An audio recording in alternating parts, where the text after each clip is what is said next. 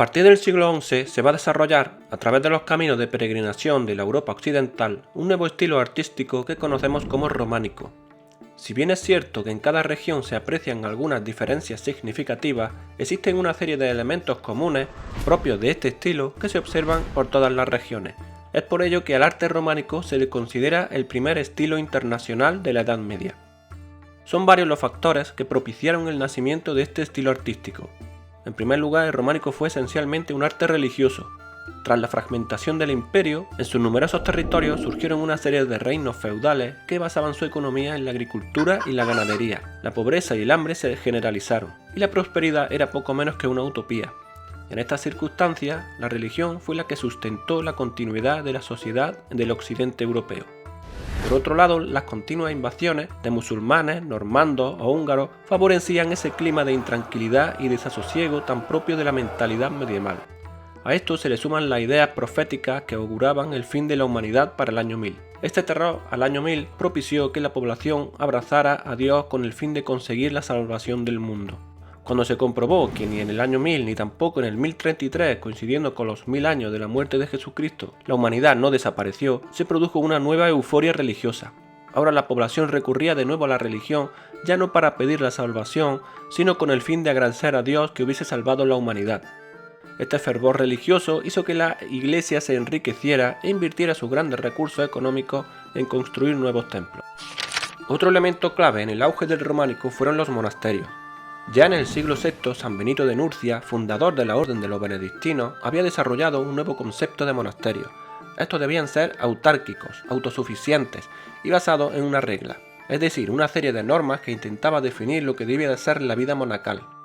Unos siglos después, la Orden de Cluny, fundada en Francia en el siglo X, retomó la regla de San Benito y llevó a cabo una acción reformadora de los monasterios. El nuevo concepto monacal, establecido por Cluny, pronto se extendió por toda Europa, de tal modo que los monasterios se convirtieron en importantes focos culturales y de poder. Pero si algo favoreció el auge y la propagación del arte románico fueron las rutas de peregrinación. A partir del siglo X, multitud de monasterios y templos cristianos anunciaban ser poseedores de alguna reliquia religiosa, ya sea el cuerpo o parte del cuerpo de algún santo, ropa o alguna joya sagrada. El deseo de contemplar esta reliquia, fomentada por los monjes y por autoridades religiosas, impulsó el desarrollo de numerosas rutas de peregrinación. Las más importantes fueron tres: Jerusalén, Roma y Santiago de Compostela. El continuo trasiego de peregrinos enriquecía a las autoridades cristianas y favorecía que por esta ruta se construyeran una serie de edificios religiosos que tenían una serie de características comunes. Estos edificios fueron la iglesia y los monasterios románicos. El románico es un arte que muestra una clara influencia de otras culturas, como la romana y la musulmana, a través de Al-Ándalus y Bizancio. Ya se ha mencionado que el arte románico era fundamentalmente religioso, es por ello que tiene en la iglesia y monasterios sus principales manifestaciones arquitectónicas. Con respecto a la iglesia, suele constar en su mayoría una planta de cruz latina, de una o varias naves, 3 o 5, aunque lo habitual era 3, y estas naves conducen hacia la cabecera. La cabecera, a su vez, está coronada por ábsides, es decir, por capillas semicirculares. El crucero o transepto es la nave transversal, la que le infiere ese aspecto de cruz latina. Suelen contar también con varias naves. Las naves laterales del crucero tienen su continuación en la cabecera por un pequeño pasillo llamado girola o deambulatorio y rodea la parte trasera del presbiterio, y al que asoman capillas en disposición radial. Respecto a las cubiertas, en un principio se recurrió a la madera, pero los continuos incendios llevó al empleo de la piedra. Las naves de la iglesia románica suelen estar cubiertas por bóvedas de cañón o medio punto, quizá el elemento más característico de este estilo arquitectónico. Este tipo de bóvedas suelen ser muy pesadas, por ello, para su construcción fue necesario aumentar el grosor de los muros, que además estaban reforzados en el exterior por los contrafuertes. Muros y contrafuertes eran los encargados de soportar el peso y los empujes de las bóvedas y transmitir estos empujes hacia el suelo. La bóveda suele estar dividida en tramos mediante los arcos fajones, arcos de medio punto que trasladan el peso de la bóveda hacia el muro en la cara exterior y en la interior hacia los pilares centrales. Estos pilares suelen estar enlazados por arcos paralelos al eje de la bóveda y se denominan arcos formeros. En muchos casos, las naves laterales cuentan con una galería alta llamada triforio, cubierta por media bóveda y que sirve para trasladar el peso de la nave central hacia el muro. En la intersección de la nave central con el crucero se cubre con una cúpula. Para transformar este espacio cuadrado del crucero en un espacio semiesférico como es la cúpula, se emplearon las pechinas o trompas. Ya hemos mencionado que los muros son los encargados de sostener el enorme peso de la estructura, por ello no tienen cabida en ellas la abertura de grandes ventanales, como ocurría poco después en el gótico. Los muros son de sillería, al igual que los pilares, que se imponen a las columnas. Aún así, las columnas se emplean en los arcos formeros, a menudo acompañando al pilar. Son columnas cilíndricas con plinto y capitel historiado. En el exterior de los templos destacamos las puertas, que suelen estar a los pies del edificio y en los brazos del crucero. Suelen ser puertas abocinadas, compuestas por arquivoltas, con decoración escultórica de carácter religioso. Junto a la iglesia, el monasterio es el edificio más significativo de la arquitectura románica. Su elemento más característico es el claustro, un patio generalmente cuadrado, rodeado por una galería de arcos de medio punto con columnas que se apoya sobre un podio corrido y un capitel decorado. Francia es sin duda la región que impulsó el desarrollo y difusión del arte románico por los distintos territorios europeos, y entre sus construcciones el monasterio de Cluny juega un papel principal a intervenir en la organización de las peregrinaciones. Dentro de la propia Francia encontramos algunas diferencias regionales.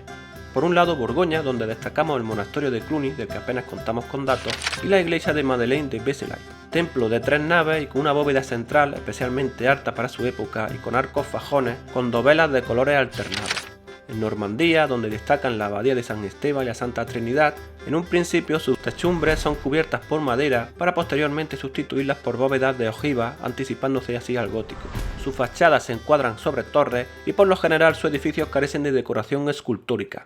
Normandía tuvo una gran influencia en Inglaterra, donde el románico se le llamó normando, y también en Sicilia. En Angulema y Périgord el románico muestra una gran influencia de la arquitectura bizantina. Torres rematadas con formas cónicas, cúpulas sobre pechinas, abundante decoración en las fachadas o plantas de cruz griega como ocurre en San Front de Périgord. Y por último la Provenza, donde destaca la sencillez y la armonía de los edificios. Esta sencillez es debido quizá a la influencia del arte romano clásico al conservarse numerosos restos en la región. En Italia, al igual que ocurre en la Provenza, la presencia de ruinas del mundo clásico configuró un románico muy original. Aún así podemos diferenciar dos zonas. El sur, con una clara influencia normanda y bizantina, especialmente en Sicilia, donde la influencia normanda dio lugar al desarrollo del conocido como arte siculo-normando.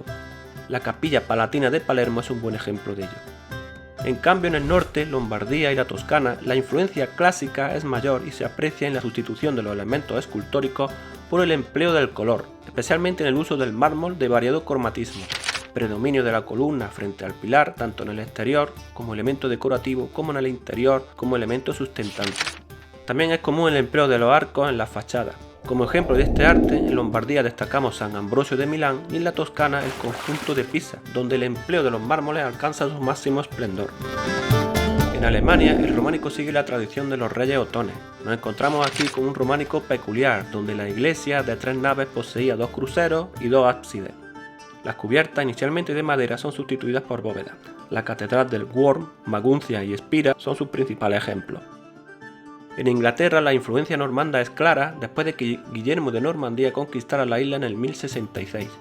Como ejemplo tenemos las catedrales de Winchester y Gloucester.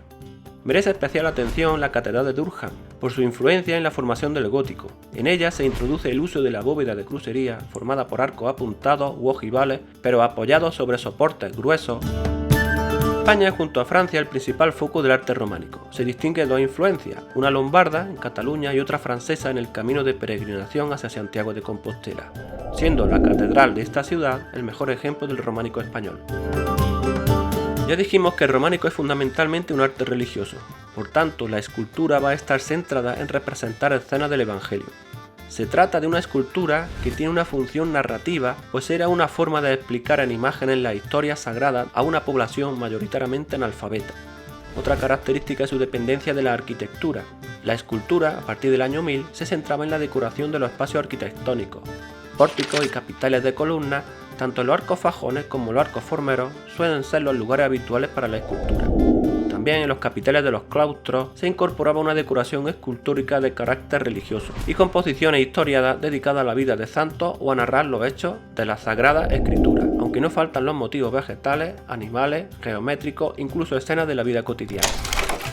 Entre las características principales de este arte podemos mencionar el hieratismo, figuras antinaturales, rígidas o que se doblan con dificultad, falta de expresividad y volumen.